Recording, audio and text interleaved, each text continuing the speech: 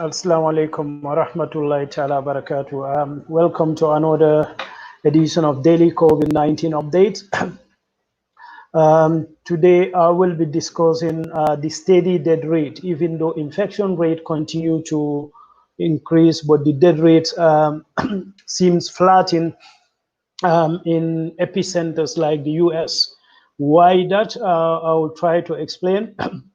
Some of them are just mere speculation, but some of them are facts. And the speculation also might turn out to be true, so that's my topic today. As you are all aware, this pandemic announced itself to the world in December 2019. And since then, over 12 million people are infected. And the worrying part about this pandemic is that the first 1 million infection we have takes 3 months, but between 10 and 11 million, it takes only 5 days. And 12 to 13 million might take even less, because it's already 12.5 million people who are infected with COVID-19. And out of that, 559,587 dead, and 700 recovered population is 7,292,141. This recovered population can serve as a source of treatment, and it also can help us understand the immunology and the pathology of COVID-19. And also it will make us understand, if we have a vaccination, how the immunity will look like, how long it will last. So it's very, very important this population continue to increase. But what is significant is that if you have this virus, your chances of dying of it is only 20%, and the chance of recovering from it is 80%. So what is the significance of this recovered population? Number one is that it might be able to provide herd immunity. Even though Anthony Fauci thinks this is impossible in America, and I know what he was talking about, but in countries like in England or European countries, it's very much possible. Herd immunity is from herd, just like a herd of cattle. Like if certain number of people are immune to this virus, or they are resistant in layman terms. That means if you have infections, your body mount a defense against that particular virus, through especially programmed proteins called immunoglobulins. So once these immunoglobulins, especially programmed immunoglobulins, are generated, they attack the virus specifically and eliminate it. But after eliminating the virus, they stay in your system. So these specially programmed immunoglobulin, that's what they measure. That's what will determine your immune system. But also you can be artificially infected with the weakened type of the virus, what you call vaccination. So you can generate these immunoglobulins as well, and you can be resistant. So you can be resistant through natural infection which you recovered, or through vaccination. So if somebody have the virus and recovered, that means in their system, in their blood, they have these special program proteins. So if you take their blood, say you spin it and take the liquid component, which they call plasma, and transfuse it into somebody who is having a viral infection, should recover. So that's the quickest way, is the shortcut to vaccination.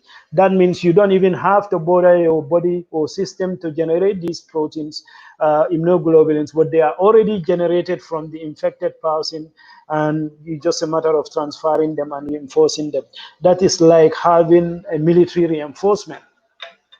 So recovered population are very important. So herd immunity, I mean by that, if we have many people in a community who are resistant or who are immune to the virus, so if they are infected with the virus, their immune system is already programmed to defend against that particular virus, in this case COVID-19. That means they will go into overdrive and eliminate the virus.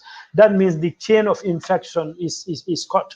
So that will protect the people next to you. That's what they call herd immunity. But why it will be difficult in America? Because these are different countries or states with different laws. Say New York now recovered, but there are people, by the time the New York economy open, there might be people with asymptomatic conditions. So if they move to other states, they will start infecting people. So that's why herd immunity, it might be easier in European countries where it's only one country with one law and one regulation for everybody. But if you go to countries like America, it might not be possible. And also in Africa, it will be very, very difficult because of our porous borders, and also people attitudes towards this pandemic. There's still people in the Gambia who didn't even believe this virus actually exists. It's a sad thing, but it's a fact. Currently, the number of people with COVID-19 infection stand at 4,652,729. And out of that, 4,593,961 are in mild conditions. That is 99% of the active cases. So these mild conditions include a group which are asymptomatic. That means they are showing no signs of infection. They are only declared positive because of the positive test that is carried out on them. And why would you test somebody who is not showing any sign of symptoms?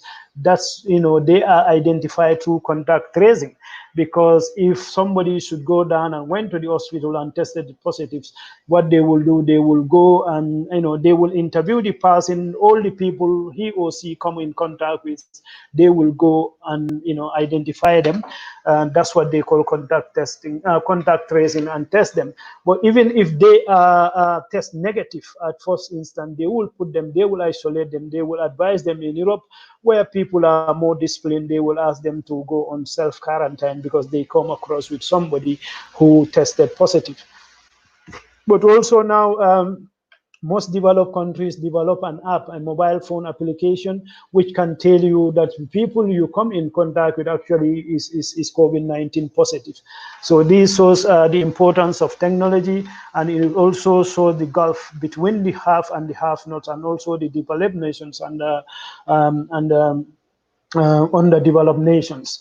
And we also see, even though COVID-19 is showing no sign of slowing down overall across the world, but the European model, the control measure they employ is a clear proof that if you employ the correct measures, the virus can actually be controlled.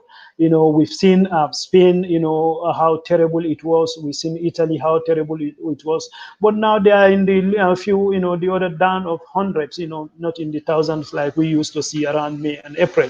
And also the case of England, even though the death rate among them is very, very high, compared to other developed nations, but that is down to the mistake made by the politician at the beginning of the pandemics. But once they decided to listen to the scientific advice, they were on top of things quickly, and now UK is opening for business, you know, as soon as possible. So going back to this recovered population, also, there are test kits which can tell you if you had the infection or not, and recovered.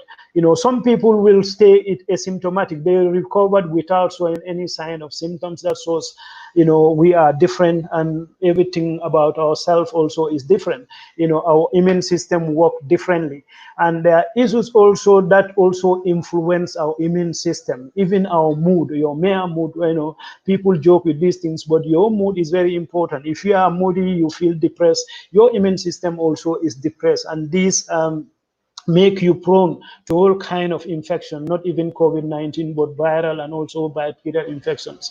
You know, these viruses are everywhere, but our mood. So that's why we should always try, you know, things that stress us, you know, we should stay away from them, because if you are stressed and you are depressed, your immune system also is depressed. That means your likelihood of catching any kind of infection also increase us exponentially. So what is going to happen? How are we going to get out of this? There is no light now yet at the end of the tunnel. The virus is, you know, it's just exploding. You know, but people have to go about their business, because we cannot remain indoors continuously. We cannot remain in these lockdowns. The economies have to open. People have to go back to their works, and people have to live as well. So what's going to happen, or what is happening already? We've seen, if you fly into UK now, you will be sent to 2 weeks mandatory quarantine. As I said, these places are well equipped and they are disciplined as well. They will ask you to go and self-quarantine. And if you break it, then they will fine you. And they have the technology to monitor you. But in Gambia and other developing nations, this is not possible. So if, say, for example, you have 4 weeks holiday and you want to go to the Gambia, if you go to Gambia right now also, you're going to go to mandatory quarantine. And these Gambian quarantine institutions are like, or places are like, I don't know, concentration camp, because even fridge, they don't have it. They, even water is rationed, you know, and also they don't even have access to the internet. And I also understand their rooms are not even clean up to the 2 weeks you are there. So this is all geared towards cutting the cost. But we've all seen the bills. When the bills for this hotel come out, you say, wow, what's going on here? And it begs the question, why would they quarantine people at hotels? It doesn't make sense. You know, it doesn't make sense. It opened these hotels to all kind of spread of the virus and all that. You know, why not hospital spaces across the country which are available? So coming back to what is going to happen, how we're going back to our normal life, you know, I can see once the vaccination is out, it have to be mandatory. Like if you British will come and say, okay, if you want to go for interview, for visa interview, you need to prove to the visa officer that you have taken the COVID-19 vaccination. Or if you had it already and recovered, that means you have to show your immunity certificate. This term was first coined in England. Initially, people were laughing at them, but that's going to be the order of the day. So as how do I call it? conspiracy theorists also continue to campaign against vaccination, that they are out to depopulate and all that. I don't see the reason behind that. Why would anybody want to depopulate? I don't know. But one thing is for certain, is only through vaccination that we can get out of this, because the whole world is overwhelmed. And the situation is about this virus is very fluid. Every day you hear new information. And in fact, just before I come out to air, there is another virus causing havoc, completely different from COVID-19 in Kazakhstan, and is even far deadlier than Kazakhstan. It kills a lot of migrant Chinese there already, and is spreading. So we might be also having to deal with another pandemic on top of these ones. So that's how we're going to come out of this. We have to learn to live with the virus. As you said, people are just opening places because we cannot continue in the lockdowns. But that will not be possible without a proper cure. As long as there is no cure, things are going to remain like this. And for the first time, I personally start feeling the pinch about the pandemic. Normally, this time of the year, I'm in the Gambia, but as of now, even I don't even have the chance to go and book for my holiday because they're all cancelled and they're all on hold. Okay, so I'm going to give you the statistic before I go to today's topic. That is why the infection rate continue to increase, but the death rates remain steady. The possible explanation I'll give you might be it shouldn't be more than 5 minutes. But across the world, 125,198 new cases were registered past 24 hours, and 2,979 new deaths. And USA registered 30,705 new cases and 333 deaths. Brazil recorded 9,867 and 152. And a couple of days ago, there Maverick, somebody said Maverick is a compliment. He's a mad, crazy guy. Bolsonaro tested positive, and today also another South American president, I think is Bolivian interim president also tested positive. So that's the third president from South America that tested positive. That is Bolivia, Brazil, and I think Ecuador. Yeah, they all tested positive. So virus, this virus don't know any president or king or whatever. India also is having a really hard time to control the virus. Again, they break their national record past 24 hours when they registered 26,606 new cases and 520 deaths. And Russia recorded 6,635 new cases and 174 deaths. It is clear also that Russia also bend the curve now. They are on the other side of the curve coming down. Okay, Chile, Peru also is in top 20, but the records for the past 24 hours are not yet in. Chile is registered 3,058 new cases, 99 deaths, and Spain 852, only 2 dead, and UK 512 new cases and 48 dead. So this is what I was alluding to earlier in my presentation, that it is possible to control this virus, and there's no further than looking at the European example. Italy, in fact, is not in the top 10 anymore. We still have UK and Spain, but their numbers are just in hundreds now, a few hundreds, compared to thousands in May, June. At the end of March and May. Mexico recorded 7,280 new cases, 730 deaths, and Iran, which is experiencing, because Iran did very, very well earlier, and they thought they are out of the wood, but all of a sudden numbers start rising again. So they are experiencing the second wave. And past 24 hours, they recorded 2,262 new cases, 142 deaths. Now I'm going to give you numbers for the countries that are very, very close to us. And even Gambia, we are right now in the mix of COVID-19. I think, I don't know what's going to happen with the Gambia case, because what the European did very well is that they invest on infrastructure and human resources when they are at the middle of this pandemic. And in the doing so, they also prepared in case of there is a second wave. But Gambia, whilst the numbers were very, very low and very slow to come, instead of building the infrastructure and also the human capital, they decided pen pushers, policy makers decided to go for scramble for these funds, and now we are right in the mix. I don't know what's going to happen, but I'm really, really worried about the Gambia situation, because past 2 weeks alone, we have more than 50% of our total cases. Again, last 24 hours, they recorded one new cases, and the past 72 hours, this is the fifth one. So, but Ivory Coast is having tough time in our sub-region. Yesterday, past 48 hours, they recorded over 600 new cases. Past 24 hours alone, they recorded 256 cases, and so far they have 11,750.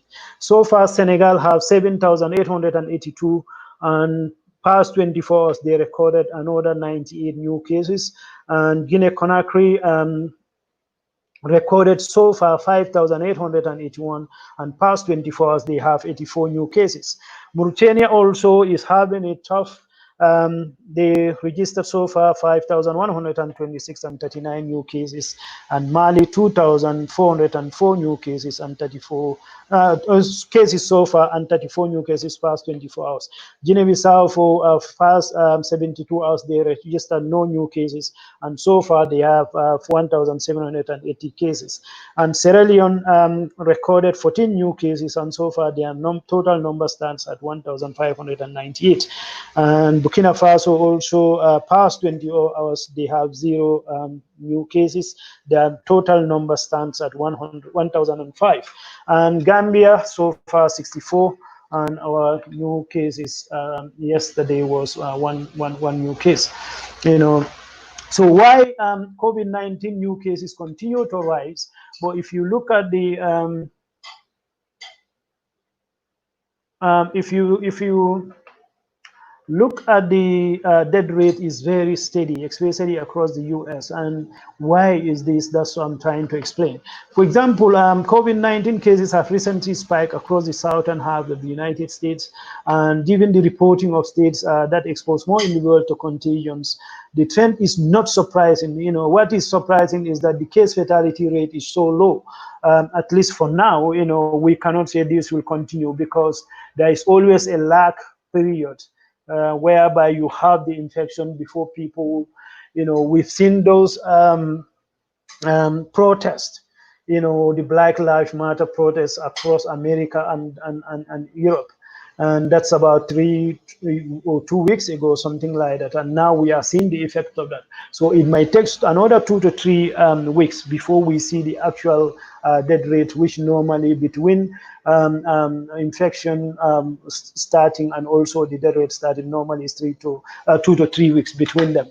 So the hallmark of spring COVID-19, there was the starting number of deaths in places as far apart as New York, Detroit, and New Orleans. We've seen morgues and funeral homes were overwhelmed by the volume. Some New York hospitals, in fact, require refrigerated trucks, to store the bodies. It was a gruesome sight. So not now, though, the surge in cases has not been accompanied by a surge in death, but why that? So there are many, many theories as to why.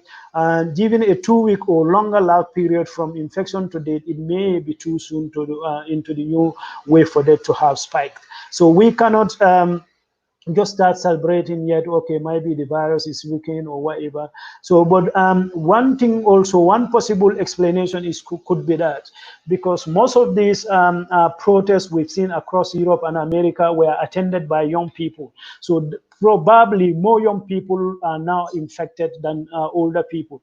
And we know this is a fact. I'm telling you, this is a fact. It may be too soon. There are many theories as to why, and it may be too soon into the new wave of death to have this, but more young people could be infected this time around, and they have a much lower risk of death.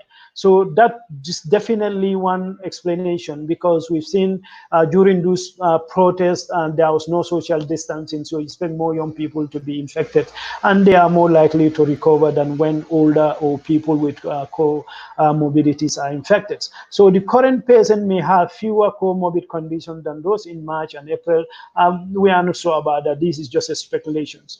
Initially, because of the limited resources, tests were done only in the very sick, whereas now we can test broadly, diagnosing thousands of otherwise healthy people at little risk of severe outcome.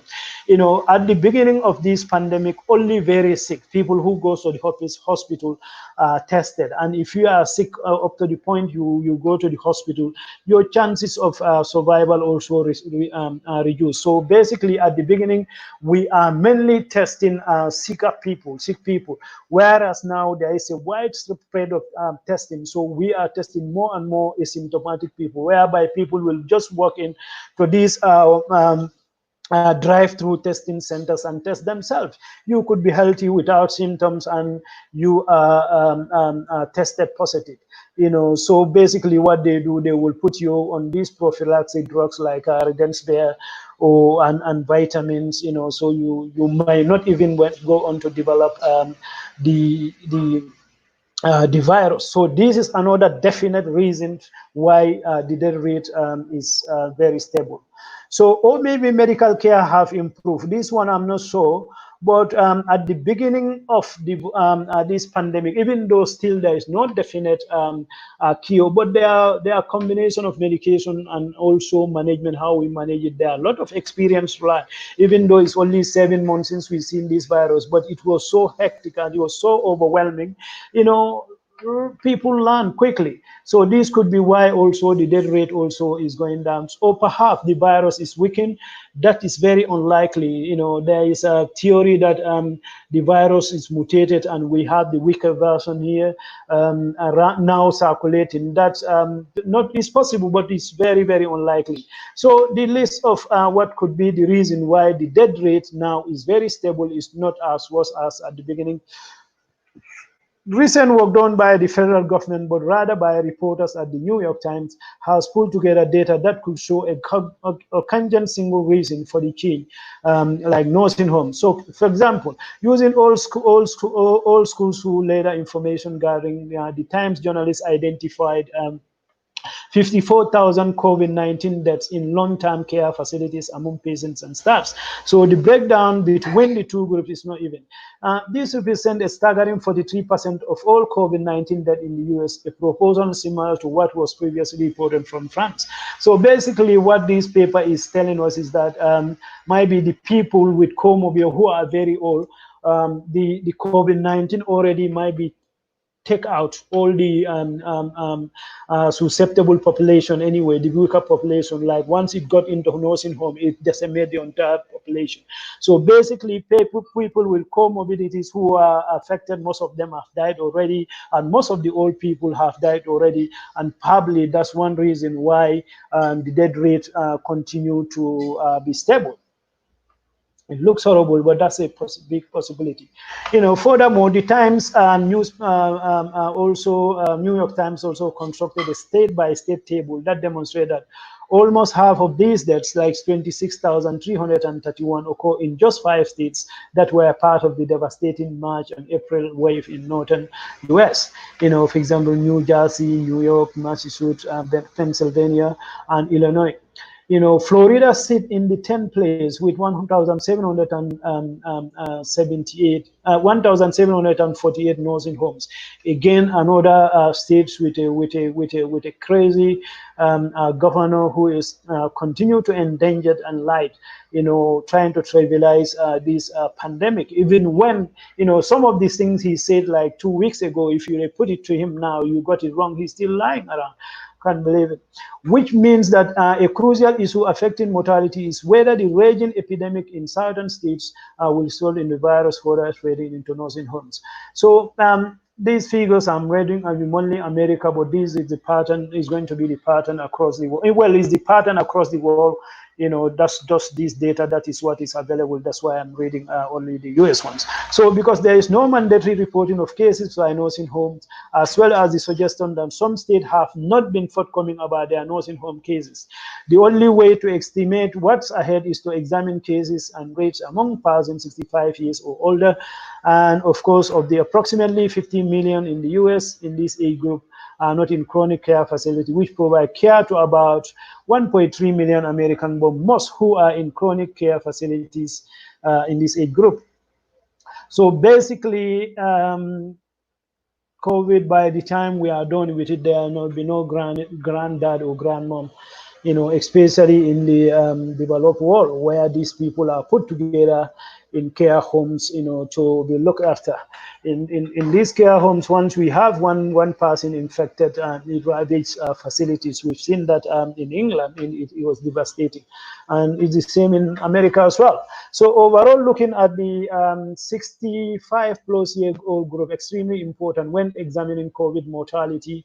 Though they make up only 16% of the US population, more than 80% of the US COVID-19 deaths have occurred in this group. This is the same pattern across Europe. You look at America's population, only 16% are 65 and above. But if you look at the overall death, the number of people COVID-19 killed, 80% of them are 65 and above. So also, if you go to race and also social standing, you can see this where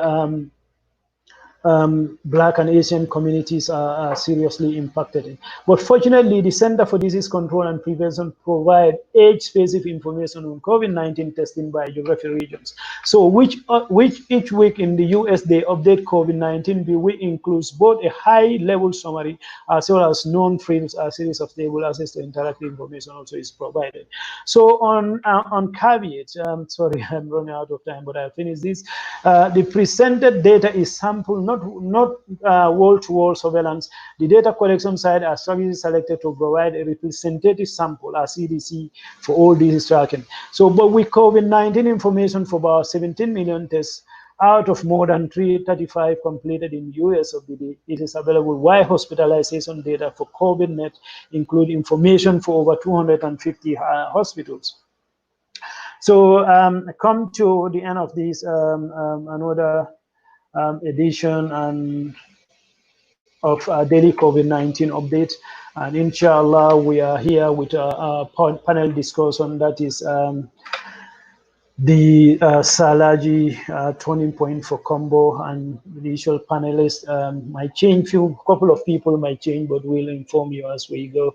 And please share the video. So just to summarize, COVID-19 is not going anytime soon. I have to tell you, I have to be honest. There is no light at the end of the table. Thank you, Ibrahim. Yeah, at the tunnel. But the world will find a way to live alongside this virus. And the surest way, that we have is going to be a vaccination. And conspiracy theories are all out that we cannot take these vaccinations.